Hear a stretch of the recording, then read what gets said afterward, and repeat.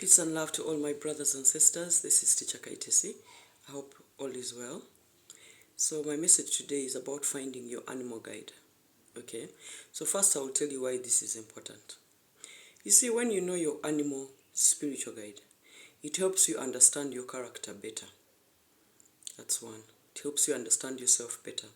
There are certain things about yourself that you may not know why you have those traits. Maybe your dad doesn't have them, your mom doesn't have them, but then you have them and you wonder how you have them. Okay, so usually they are from your animal spiritual guide. So it is good for you to know because it helps you to understand those parts of yourself better.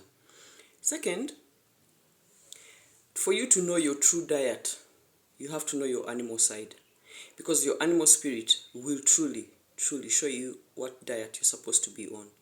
Okay, there are many people who are supposed to be on plant-based diet, but they're all eating meat these days because we're in this modernity of life where if you have money you must eat meat, and most of this meat is not good for a person who is supposed to be on plant-based diet. Okay, I know it has become our culture, it's our thing now, having meat. But if you find out that your animal spiritual guide is an animal that eats plant-based, then all you have to do is cut the meat. Eat it when you crave it. Then slowly you will want it out. The more you eat what you're supposed to eat, the less of the other that you will eat. And also, once you find out your animal spiritual guide, what happens with you? Your mind becomes aware of the fact that you have been doing things wrong. So that awareness creates a change in you, and that change evolves with you. Okay? So first, then also let me tell you something else. You see, back in Africa before the colonialists came, it is not true that all of us, the children, were of the father's animal spiritual guide. It's not true. That became after it's part of the propaganda of the white people, that we all somehow allowed that now we are all part of our father's animal spirit. That when a woman goes and has children with a man, even if she has 10, all of them have his animal nature. That is not correct. You see what used to happen in Africa? And this is what spirit is teaching me. Some of these things that I tell you, no one has ever discussed these things with me. Like I've told you most of what I know about spirit, about spirituality, I have learned from the spirit directly. That's my teacher, okay? So this is what I learned.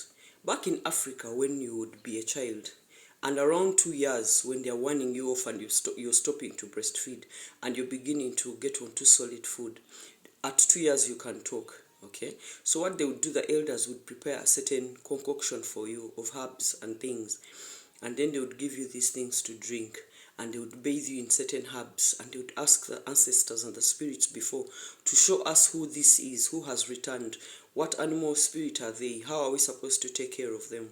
So then this child, after being given this concoction, it would be given at a particular moon phase. So they would wait over that period of next couple of days. This child would wake up talking about a particular animal. Now, when you have a 2-year-old who would probably wake up the next day talking about antelopes and how they jump and how they move and what they do and this and that, then the ancestors and our relatives that time, they would know that this child who has come is of the animal spirit of an antelope. So that way they would know how to take care of you. If there were times that you were low or, not feeling well or you're not in your mood, they would look out for those particular grasses and those particular plants that the antelope likes, and those would usually end up being your medicine. Okay? And this was the same for all the other animal spirits. And also, parents could have children, have even 10 children, and just one could be of the father's animal spirit and one of the mother's, and the rest could all be different animal spirits. Okay, and for us Africans, we understood this to be a gift because this was a way for everybody to bring in something different into the family. Every animal spirit has a different way it perceives life. Okay, so we all have different contribution to what your family becomes.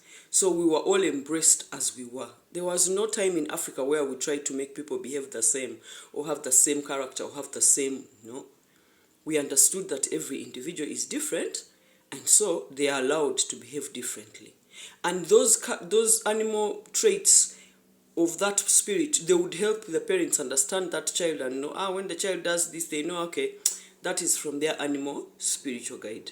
Because there are certain things that your children will do that you did not teach them. Okay? And I know people keep trying to behave like this is all demonic. It is not. Your part of thinking that this is demonic is part of your brainwashing. Because when the Creator made things, everything has, there are fishes that go with you, there are birds that go with you, there are animals that go with you, there are plants and foods that go with you. There's the whole line for all beings on this planet. Okay? There are animals that are relatable to every person. Every person has that. And when you find out, do not worry that it's a very small animal or it's a very insignificant animal or I can't talk about it. You don't have to talk about it. All you have to do is know it. Once you know it, you read about it because the internet is full of information. So once you read about it, you'll begin to see certain things about yourself. And let me tell you, I've told you already what's coming. The season we're entering, you need your animal instincts to be at your top. You need to have them. And for you to develop those instincts is because you know which animal spiritual guide is yours. Okay? So, brothers and sisters, this is what the Spirit tells me. The veil between this physical life and the spiritual life is very thin. It's very, very thin. All you have to do is ask. If you want to know, ask. Spirit says ask. Ask in your meditation, ask in your prayer, ask. Ask and you will be shown. And you see, usually the good thing is when you're shown your animal spiritual guide, you will realize that you always had something with this animal. You will realize that you always had these strong feelings towards it. You liked to watch it, whether it was on TV, in documentation and stuff. You always liked to look at it. You always wanted to know about it. It will awaken something that was always there. Because we always know these things. It's just that we have so much going and we never come around to actually understanding. Now, this is good for us because let me tell you, sometimes most of the madness that we are expressing as human beings comes from eating the wrong food and the wrong things. Okay? Like I lived in Uganda and I used to have friends who would say, Vedira Ngabi. Ngabi is an antelope, okay? Now, you will find the same person is in a place somewhere and they're eating goat's meat. And a goat and an antelope are basically cousins. So we are busy eating things which we aren't supposed to even be eating. So basically you're like someone who's eating your own relatives. Do you think that goes well with you? This is why we have all kinds of illnesses and things that we do not understand. It's because we're eating wrong. So the best part about finding out your animal spirit is the fact that it will help you change your diet for the better. Okay? So, brothers and sisters, that was my message for this morning. Okay? Have a good day.